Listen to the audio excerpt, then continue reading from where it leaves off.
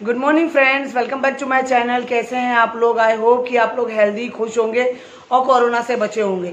Corona के लिए विशेष देना बहुत ज़्यादा जरूरी हो गया। जिस तेजी से वो बढ़ रहा है, जिस तेजी से कोरोना बढ़ रहा है और जिस तेजी से हमारे सब्सक्राइबर्स और व्यूज़ कम हो रहे हैं, ये दोनों सेम पैरेलली चल रहा है। तो फ्रेंड, मैंने आप लोगों का वेलकम नहीं किया था, तो मैंने सोचा सबसे पहले आप लोगों का वेलकम कर लूँ फ्रेंड। और ज़्यादा कुछ काम तो मैं कुछ समझ में नहीं आ रहा फ्रेंड। व्यूज़ नहीं आ रहे तो उम्मीद घटती जा रही है। तिवारी जी तो मुझे 2-3 दिन से कंटिन्यूसली बोल रहे हैं कि तुम यूट्यूब छोड़ दो, कोई ज़रूरत नहीं, इसमें कोई करियर नहीं है। क्योंकि जिस तरीके से सब्सक्राइबर बढ़ते हैं फिर घट जाते हैं, बढ़ते हैं फिर घट जाते हैं, वो 1000 सब्सक्राइबर कभी पूरे नहीं होंगे फ्रेंड। और 1 साल जब हो जाएगा तो 1 साल बाद यूट्यूब का जो नियम है, जो रूल है, मैंने देखा 1 साल बाद जो एक महीने जो बढ़ते जाते हैं वो पिछले कम होते जाते हैं, पिछले कम होते जाएंगे। इसका मतलब उन महीनों में जो हमारे व्यूज और सब्सक्राइबर्स वगैरह वॉच टाइम आए रहेंगे वो कैंसिल होते जाएंगे। तो फायदा क्या है? और अब तो व्यूज अच्छे आ भी नहीं रहे हैं, वॉच टाइम भी उतना अच्छा नहीं मिल रहा है। तो फ्रेंड, मैंने तो यही सोचा है, मैं अब 2 दिन से यही सोच रही हूँ कि क्या करूँ। यूट्यूब बोले इतनी मेहनत करती हूँ, सारा दिन लगा देती हूँ इसी में, ऊपर से तुम्हारे पैर में दर्द है, घर का काम है, बच्चे हैं सब। आप लोग तो मेरा रूटीन देख ही रहे हैं फ्रेंड, से बोलने की बात नहीं है। मैं कितनी बिजी शेड्यूल में चलती हूँ और कितना काम करती हूँ। तो वो उन्होंने कहा कि कोई ज़रूरत नहीं ये सब करने की, छोड़ दो, यूट्यूब छोड़ दो, बिल्कुल छोड़ दो।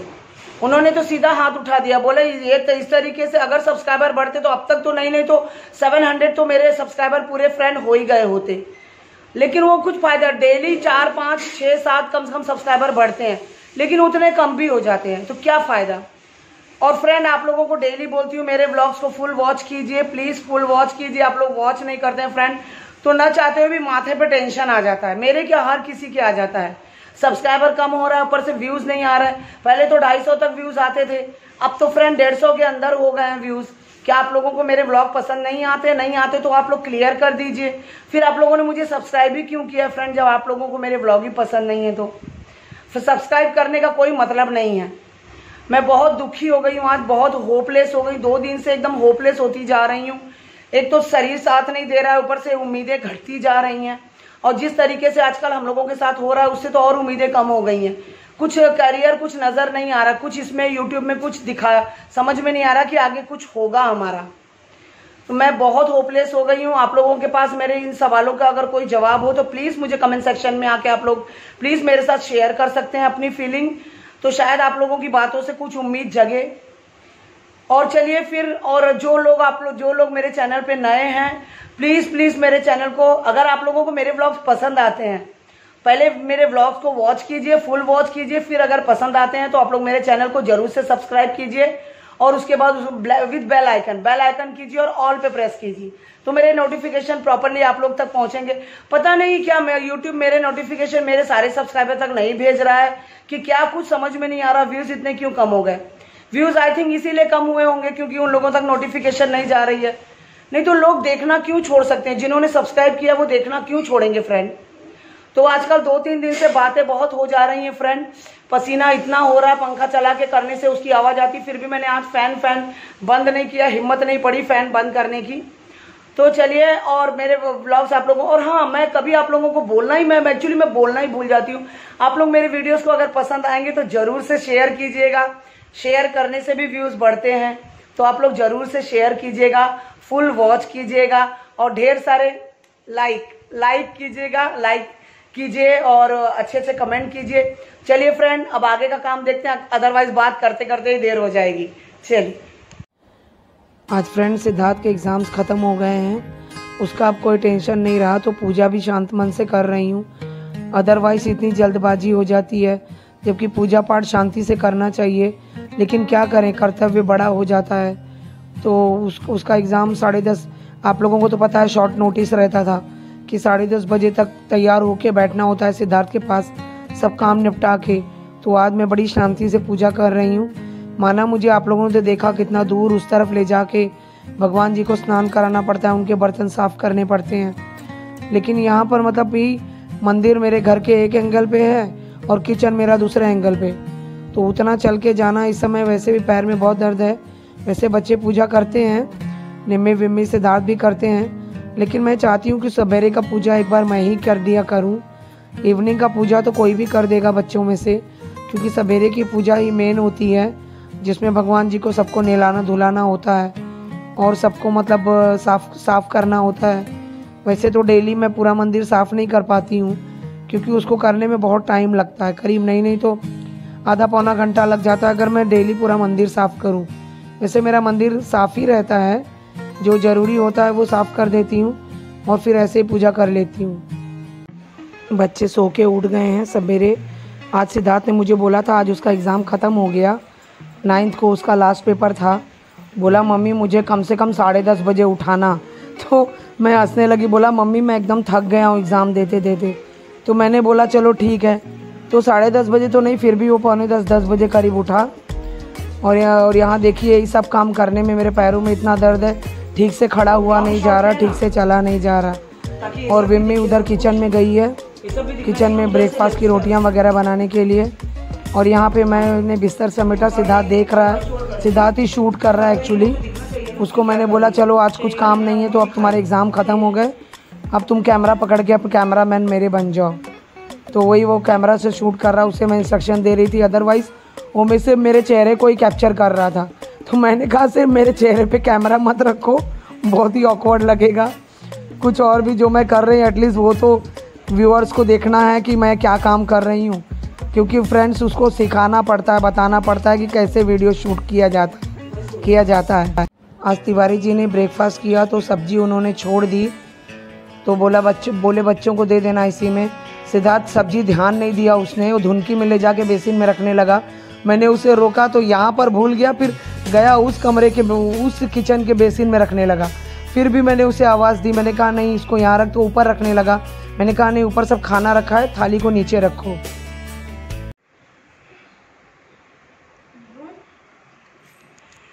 अरे हाथ में दांत लग जाएगा, उसको दे रोटी, फेंक दे नीचे, दे नीचे फेंक रोटी, नीचे फेंक। ऐसे नहीं लगता, मेरे को आदत है, पिल्लू छोटू को बहुत खिलाया है। हाथ में ना ऐसे लुचकेगा तो दांत लग जाएगा, तो बढ़िया हो जाएगा, 14 इंजेक्शन लगेगा पेट में। आज सवेरे ये कच्चा आटा खा के गई है ढेर सारा, क्योंकि रोटी नहीं बनी थी ना। जब मैं आटा लगा रही थी तभी सवेरे आई। पेट दर्द होगा, पेट दर्द से उसके बच्चे का पेट दर्द। इन लोग के दर्द नहीं होते पेट, जानवर है ना, उन लोगों का इतना डाइजेस्टिव सिस्टम स्ट्रांग रहता है। और देखो कितना सारा लार टपकाई है। हाँ बस हो गया अभी। फ्रेंड्स थोड़े से बर्तन हैं, तो दाल को छौंका लगाई हूँ, वो ज़्यादा बर्तन नहीं है। तिवारी जी ने जो छोड़ा था नाश्ता उसमें तो विम्मी को दे दिया, और सिद्धार्थ बोला अभी उसको भूख नहीं है, तो वो लोग जब खाएंगे तब से मैं वेट नहीं कर सकती। जो भी थोड़ा सा चाय, मेरे चाय का कप और बच्चों का दूध का गिलास वगैरह था और आटे की थाली वाली, उसको धो के हटा देती हूँ, क्योंकि मुझे आज जाना है सिद्धार्थ के स्कूल, उसके आंसर शीट को जमा करने। 11:30 बजे निकलेंगे हम लोग यहाँ से, क्योंकि स्कूल थोड़ा दूर पड़ता है, तो जाने में आधा घंटा 15 मिनट लग जाता है। इसीलिए जल्दी मैं अपने काम कर रही हूँ। 11:30 बजे तिवारी जी आएंगे तो उस समय जाना होगा, और कहीं जाके आओ तो कुछ हिम्मत नहीं पड़ती है करने की।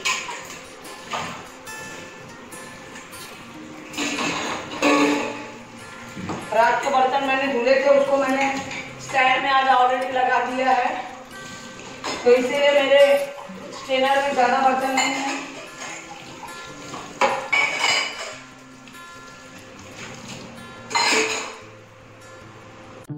आज मैं काफ़ी दिनों बाद कपड़े उतार रही हूँ फ्रेंड, आप लोग देख ही रहे हैं। यहाँ मैंने काफ़ी दिनों बाद कपड़े उतारा है, क्योंकि मतलब सब तो काम चलने का ही है, मेरा घर ही इतना बड़ा है। आप लोग तो देखते हो व्लॉग्स में मेरे, जो लोग मेरा पूरा व्लॉग वॉच करते होंगे वो आराम से इमेजिन कर सकते हैं कि मेरा घर कितना बड़ा है। एटलीस्ट नहीं तो 3000 स्क्वायर फीट में मेरा घर है, इतना बड़ा घर है।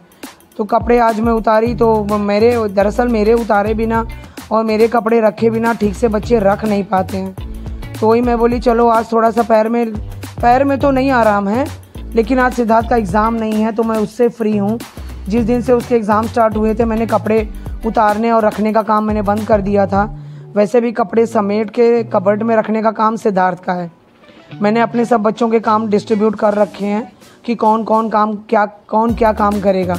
तो कबर्ड में कपड़े सबके समेट के सबके शेल्फ में रखने का काम सिद्धार्थ का है। तो मैं यहाँ पर अपने और तिवारी जी के कपड़े अलग कर रही हूँ, क्योंकि हम लोग का कबर्ड हम लोग के कमरे में है, वो मैं रखती हूँ, वहाँ बच्चे नहीं रखने जाते हैं। और सिद्धार्थ तिवारी जी के जो कपड़े आयरन करने होते हैं वो मैं साइड में कर देती हूँ। तो यहाँ तिवारी जी की बनियान और उनके और जो इनर गारमेंट्स हैं और जो भी उनके कपड़े हैं ड्यूटी के, जो कि अब आयरन करने होंगे, वाइट कलर के आप लोग देख ही रहे हैं, तो उन्हें सब मैं अलग कर रही हूँ और लेके जाके इनको मैं अपने कमरे में रख दूँगी। और सिद्धार्थ को मैं इंस्ट्रक्शन दे रही हूँ कि अब ये जितने कपड़े हैं सब उसको समेट के कबर्ड में रख दो। फ्रेंड, इसमें अदहन का पानी अंदाज दिया है, दाल मेरी हो चुकी है, चावल बना लेती हूँ। फिर आज साग बनने वाला है, क्योंकि साग का सीज़न चल रहा है, तो साग हम लोग ज़्यादा ला रहे हैं, साग हेल्दी भी होता है। तो पहले चावल बना लेती हूँ, सब्जी बना लेती हूँ, क्योंकि मुझे सिद्धार्थ के स्कूल जाना है, अदरवाइज खाना जाने से पहले तक बनेगा नहीं। तो मैं पहले चावल, जब से मेरा साग को मैं काटूंगी, साफ करूंगी, उतने देर में मेरा चावल हो जाएगा। अदहन चढ़ा लेती हूँ, जब से चावल धुल लेती हूँ। चावल का अदहन चढ़ाकर मैं आ गई यहाँ इस कमरे में, दैट मीन्स इस किचन में। चावल यहीं रखा हुआ है। तो ये दोनों स्टील की टंकियाँ हैं, जैसा मैंने आप लोगों को पहले बताया है, इनमें मैं चावल रखती हूँ। और आप येलो और ग्रीन कलर का ये जो प्लास्टिक का 25 किलो का बैग देख रहे हैंगे, तो इसमें भी मतलब इसमें 25 किलो चावल रखा हुआ है। हम लोग हर महीने मतलब इसी तरह की बोरी ले आते हैं, फिर जितना दिन चलता है उसके बाद फिर दूसरी बोरी खोलते हैं और दोनों टंकियों में भर देते हैं। तो मेरी एक स्टील की टंकी तो ऊपर वाली खाली हो गई है, नीचे वाली भी चावल एकदम तल में लग गया, दैट मीन्स कल मुझे भरना ही पड़ेगा, वो भी ख़त्म हो गई है। तो जब ख़त्म हो जाता है तो वही सोच रही थी, आज निमी का एग्ज़ाम ख़त्म हो जाएगा तो उसी को बोलूँगी शाम को भरने के लिए, नहीं तो कल सवेरे बोलूँगी, वही ये सब काम करती है, क्योंकि गोनी को खोलना भी अपने आप में ट्रिकी रहता है। और यहाँ पे मैं चावल धो रही हूँ।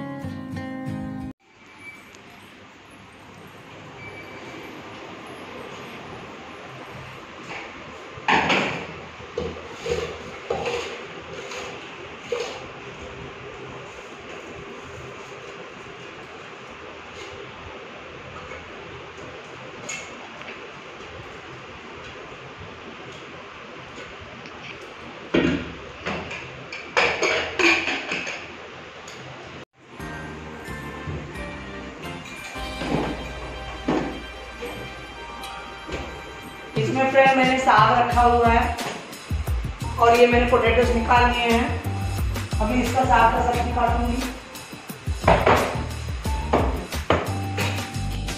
देखिए फ्रेंड, मैंने इसमें साग रखा हुआ है। आजकल लाल साग का सीजन चल रहा है, तो ये मैं जरूर लाती हूँ जब भी मार्केट जाती हूँ। ये देखिए एकदम फ्रेश, आप लोग देख सकते हैं। इसको हटा दूँ,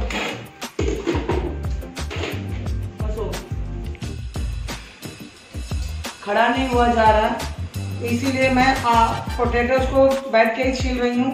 लेकिन साग के लिए तो मुझे खड़ा ही होना पड़ेगा, शरीर सही नहीं रहता तो बहुत मुश्किल हो जाती है फ्रेंड काम करने में। आज तो जल्दी जल्दी करना है, जाना भी है, आप लोगों को तो मैंने बताया कहाँ जाना है। पहले आलू छील लूँ, उसके बाद साग को साफ करूँ। देखिए फ्रेंड, ये साग काटने का ये तरीका मैं आप लोगों से शेयर कर रही हूँ। पहले इसके पीछे के डंठलों को काट लो एकदम बढ़िया से, इसके बाद ये खुल जाएगा। अब इसको इसमें मैं रख देती हूँ और फिर इसको मैं 2-3 पानी से धुल लूँगी, तो उसके सब सड़े गले पत्ते जो होंगे वो पानी में बह जाएंगे। और इसमें ज़्यादा गंदगी तो नहीं होती है, इसमें ज़्यादा गंदगी नहीं होती है। इसको मैं जो भी इसमें वो मट्टी वट्टी लगी है वो धुल जाएंगे बहुत ही बढ़िया से। अब देखिए, मैं हमेशा ये चाकू लेती हूँ। आप लोग सोचेंगे मैं ये क्यों लेती हूँ, मेरे पास देखिए चाकुओं का भंडार है, देख सकते हैं आप लोग कितने सारे। लेकिन ये मुझे बहुत अच्छी लगती है और ये सबसे स्ट्रॉन्ग, मतलब सबसे ज़्यादा तेज भी है, इसीलिए मैं हमेशा यही लेती हूँ। और जबकि इसके काटने में थोड़ा लूज भी हो गया है। तो चलिए इसको पहले हम धो लेते हैं अपने साग को।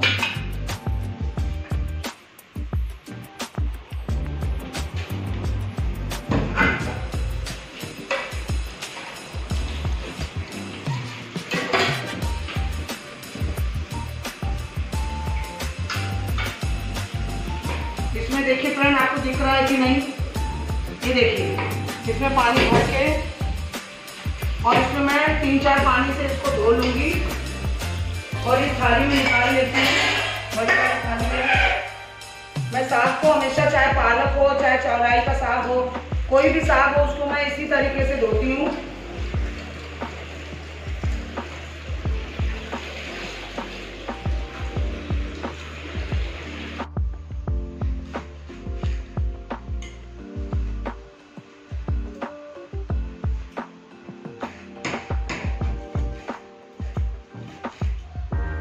तो फ्रेंड मैंने धुलने के बाद चेक कर लिया था, अदरवाइज आप लोग सोचोगे कि मैंने उसको देखा नहीं, साग ऐसे धुल लिया और काट दिया, उसमें कीड़े मकोड़े होते हैं, तो मैंने वो सब देख लिया था फ्रेंड। जो क्लिप मैंने वो आप लोगों को नहीं शो किया, इसलिए ये मत सोचना कि मैं ऐसा खाली धुल लिया, मैंने चेक नहीं किया उसको, साग को अपना मैं चेक करके ही काटती हूँ।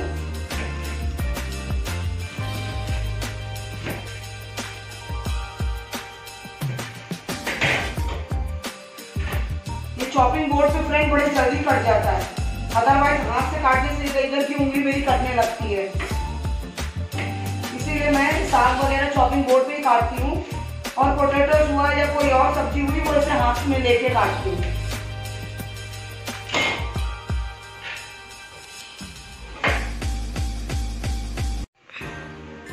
देखिए फ्रेंड, इस कमरे, इस किचन से उस किचन, इसको ले जाओ, फिर छौंक के फिर बन जाए तो वापस ले आओ, ये भी काम है।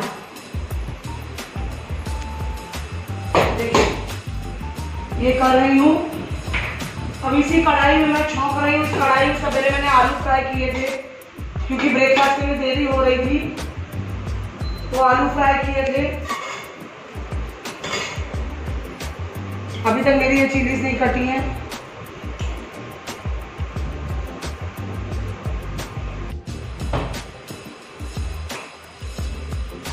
देखिए फ्रेंड, आज मैं काट के नहीं रखी हूँ, तुरंत काट रही हूँ, बहुत देर हो गई है।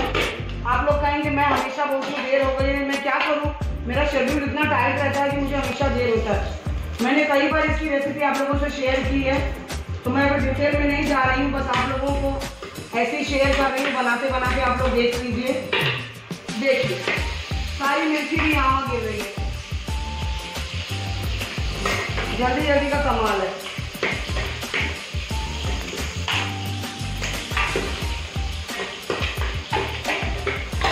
हमारा फोरन देखिए ये लाल हो चुका है, मतलब फ्राई हो चुका है। अब इसमें मैं ये कटे हुए पोटैटोस को ऐड कर दूंगी और इसको फ्राई करूंगी। तो इसको फ्राई होने में लगेगा अभी 2-4 मिनट, तब ये फ्राई होगा। मैं नहीं गैस को फास्ट ही रखती हूँ, इंडक्शन को मैं फास्ट ही रखती हूँ।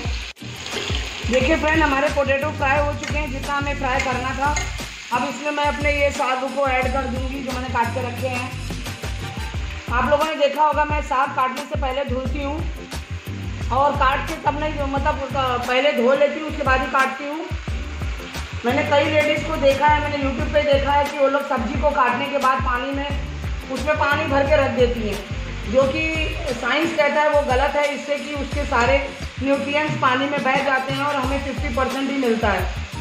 वैसे भी कुक होने में हमारी साग या कोई भी सब्जी कुक होने में वैसे ही उसके न्यूट्रिएंट्स डिस्ट्रॉय हो जाते हैं। तो मैं इसे मिला दूंगी। मैंने 1300 वॉट पे रखा हुआ है, तो ये तो साग है, जल्दी से मतलब गल जाएगा।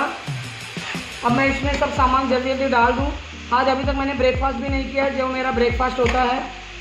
मैंने देखिए टोमेटो ऐड किया है, क्योंकि साग की सब्ज़ी है, इसमें कोई मसाला नहीं पड़ेगा सिवाय टर्मरिक पाउडर के। मैंने साल्ट ऐड कर दिया है और टर्मरिक पाउडर देखिए, इसमें मैं टर्मरिक पाउडर डाल रही हूँ। तो गलती से डाल दिया, वैसे मैं साग में टर्मरिक पाउडर नहीं डालती हूँ फ्रेंड, मैंने गलती से जल्दी में डाल दिया। खैर कोई बात नहीं, टर्मरिक पाउडर हेल्थ के लिए अच्छा ही होता है, क्योंकि इसमें टर्मरिक पाउडर का कलर दिखाई तो देता नहीं, क्योंकि साग हमारा लाल है, पोटैटोस को भी लाल कर देता है, पूरी सब्जी लाल हो जाती है। लेकिन फिर भी मैंने डाल दिया है, कोई बात नहीं। अब इसको मैं थोड़ा स्लो करके, मतलब मैं 500 पे करके ढक दूँगी और जाऊँगी वहाँ मैं अपना ब्रेकफास्ट करूँगी। आइए फ्रेंड, आप लोग भी ब्रेकफास्ट कर लीजिए। ये लीजिए दूध छुहारों का, और ये च्यवनप्राश हमारा। अभी देखिए 11:15 हो रहा है और जल्दी कर लूँ तिवारी के 11:30 बजे तक आ जाएंगे। आज आप लोग सोचेंगे मैं बैठ के क्यों कर रही हूँ, क्योंकि वो देखिए वहाँ पर सिद्धार्थ ब्रेकफास्ट कर रहा है, उसका भी वो भी अभी आज बहुत लेट ब्रेकफास्ट कर रहा है। दैट मीन्स दोपहर का लंच वो 2-3 बजे से पहले नहीं करेगा। और देख रहा है देखिए उसका प्रोग्राम, वो देखिए अपना कार्टून देख रहा है। ब्रेकफास्ट करते करते बच्चे टीवी देखते हैं, मैं भी देखती हूँ, अच्छा लगता है खाते खाते टीवी देखना। तो चलिए फ्रेंड आप लोग भी लीजिए, खा लीजिए, जूठा नहीं हुआ है अभी। चलिए खा लूँ, उसके बाद मुझे भी जल्दी से जाना है। मेरी सब्जी देखिए बन चुकी है। एक बार भी मैं चलाने इसको नहीं आई, रख के वहाँ जाके बैठ गई, ब्रेकफास्ट वगैरह करने लगी, उतने में ही अपने आप ही बन गई। देखिए अभी तक तिवारी जी भी नहीं आए, 11:15 बज रहा है। अब मेरी घबराहट बढ़ती जा रही है क्योंकि स्कूल में 12 से 1 का टाइम दिया हुआ है, उसके बाद जाएंगे तो पेपर वो लोग लेंगे नहीं। मेरी तो कुछ समझ में नहीं आ रहा। स्कूल भी दूर है, करीब आधा घंटा 20-25 मिनट लग ही जाते हैं जाने में। देखिए क्या होता है।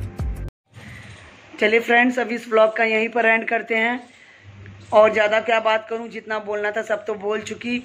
आप लोगों को पसंद आएगा मेरा व्लॉग, अगर मेरे वीडियोस पसंद आए तो प्लीज़ उसे लाइक कीजिए, शेयर कीजिए और मेरे चैनल को सब्सक्राइब कीजिए विद बेल आइकन।